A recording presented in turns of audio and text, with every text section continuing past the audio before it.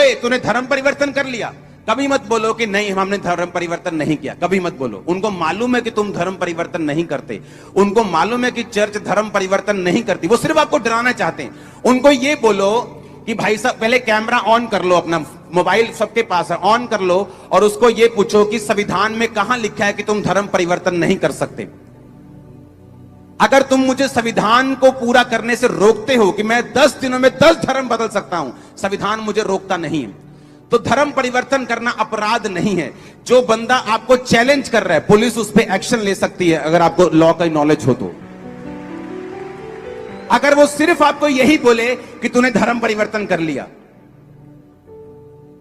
आप किसी भी बंदे को, वो अपने धर्म का जितना मर्जी पक्का हो, आप उसको वचन दे सकते हो, आप उसको यीशु मसीह के बारे में बता सकते हो, आप उसे ये बोल सकते हो कि भाई साहब तू यीशु मसीह का बपतिस्मा ले, परमेश्वर तुझे सब कुछ देगा।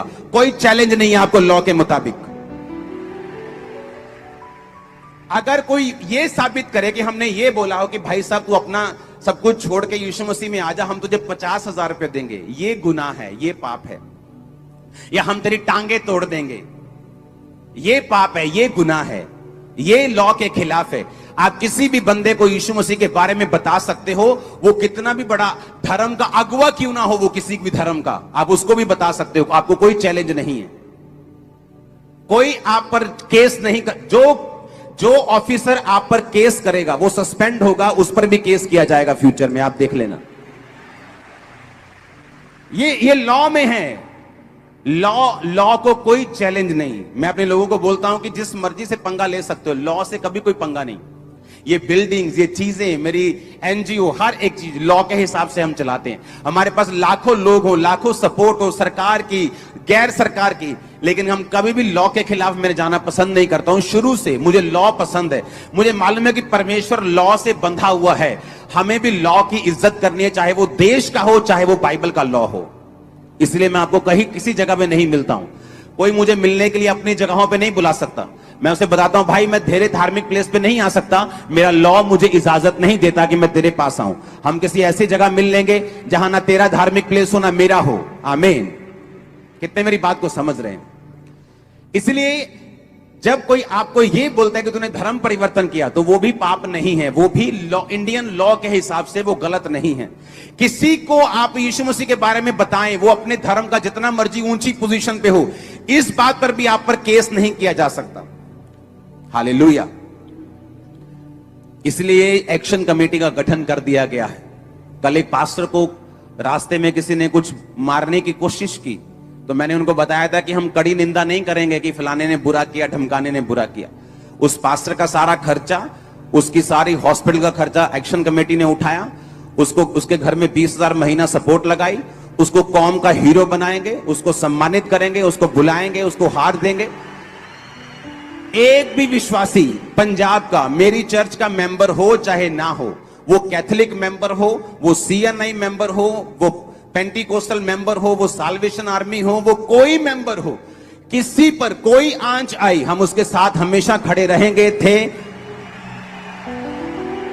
किसी को प्रॉब्लम हुई, कोई पास्टर, एक मेंटरशिप की मीटिंग में मैंने एक प्रोफेटिक वर्ड दिया था, उसको मैं चाहता हूं आप उस प्रोफेटिक वर्ड को देखो, मैंने क्या बोला था मेंटरशिप मीटिंग में।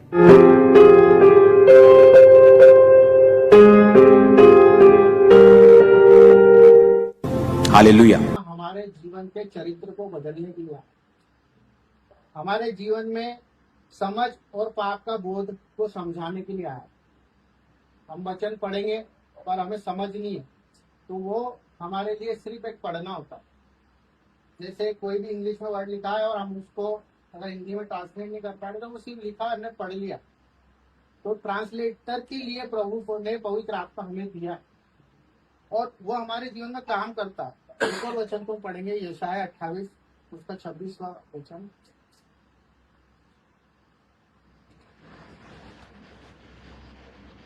क्योंकि उसका परमेश्वर उसको ठीक ठीक काम करना सिखाता और बतलाता है। Hallelujah, hallelujah.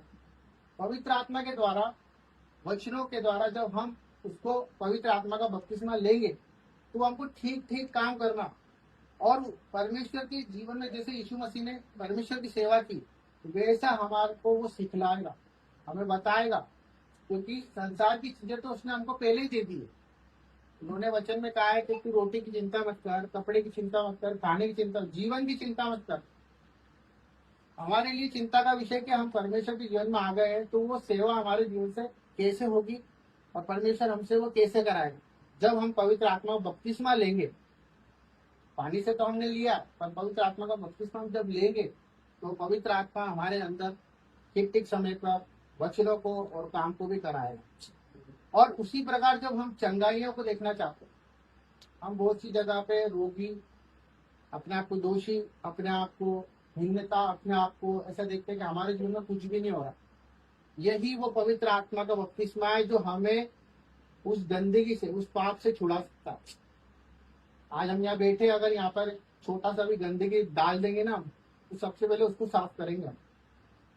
तो वो साफ करने का काम पवित्र आत्मा का है, ताकि अगर हमसे, हमारे जीवन में अगर कोई रोग है, तो वो उसको हटाने की ताकत किसके पास है? वचनों के पास। वचन जब होंगे तो पवित्र आत्मा हमको वो प्रबलता के कारण उस रोग को भगा सकते, उस रोग को अपने जीवन से हटा सकते, उस कठिनाइयों को हम हटा सकते जो आज हम देख रहे हैं, क्योंकि पवित्र आत्मा हमारे लिए काम करता है। हम आगे देखते हैं कि पवित्र आत्मा कहाँ होती है। ये हमें जानना है कि वो कहाँ होती है और हमारे जीवन में वो किस प्रकार काम करती है। 1 कुरिन्थियों उसका 6 उसका 19वां वचन हम पढ़ेंगे। परमेश्वर मदद करे। 1 कुरिन्थियों 6 का 19 करें। क्या तुम नहीं जानते कि तुम्हारी देह पवित्र आत्मा का मंदिर है, जो तुम में बसा हुआ है और तुम्हें परमेश्वर की ओर से मिला है, और तुम अपने नहीं हो। हालेलुया। 19 लिखा है, मैं ज्ञानवानों के ज्ञान को नष्ट करूंगा और समझदारों की समझ नहीं बात